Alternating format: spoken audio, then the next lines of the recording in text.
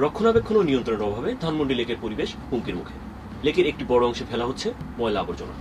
একদিকে যেমন এর নান্দনিক পরিবেশ ব্যাহত হচ্ছে, অপরদিকে এখানে আসা মানুষের পড়তে হচ্ছে বিড়ম্বনায়। এখনই ব্যবস্থা না নিলে নিয়ন্ত্রণের বাইরে চলে যাবে এখানকার পরিবেশ। আরো জানাচ্ছে আমাদের রিপোর্টার বিমল লাল। তথ্যমতে রাজধানী ঢাকায় প্রায় 1.5 কোটি মানুষের বাস।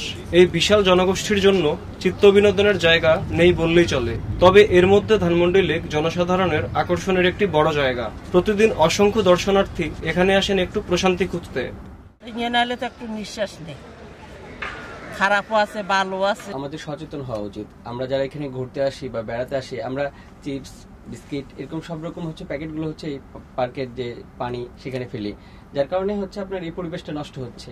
বিশেষজ্ঞগণ জানালেন, সময় মতো ব্যবস্থা নিতে না পারলে রাজধানীর অন্যান্য লেকের মতোই এই লেকটি হারিয়ে যাবে। তাই এখনই সময় এসব অবৈধ দখলদারিত্বের হাত থেকে পুরো এলাকাকে রক্ষা করা। ময়লা তো ভরে গেছে সব জায়গায়, হাঁটতে দিতে পারছি না। এরকম যদি চলতে থাকে তাহলে আমি বলবো কি এই যে সামান্য 2-1টা লেক আছে সেগুলো হয়তো আমরা আর রক্ষা করতে পারবো না। শুধুমাত্র সরকারের উপর সবকিছু তো দায়িত্ব চাপিয়ে দিয়ে হয় না, আমাদের নাগরিক হিসেবে আমাদের অনেক কিছু দায়িত্ব থাকে।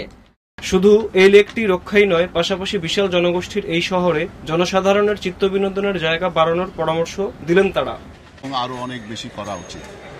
প্রত্যেকটা বড় শহরেই আমাদের শ্বাস প্রশ্বাসের ভালো হওয়ার জন্য ফুলের বাগান করার একটা চিন্তা ভাবনা, যেখানে মানুষ বসে আরো মনোরম পরিবেশে তারা কথা বলতে পারবে, এই ধরনের আমরা আয়োজন করতে যাচ্ছি।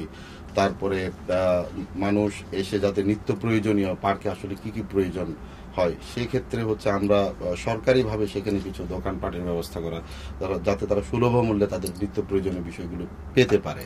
প্রশাসন খুব দ্রুততার সাথে এ লেকের পরিবেশ উন্নত করতে ব্যবস্থা নেবেন। শহরের জীবন মানেই ঘড়ির কাঁটার সাথে দৌড়ে চলা। এর থেকে রেহাই পেতে প্রয়োজন লেক, পার্ক অথবা ফাঁকা জায়গা।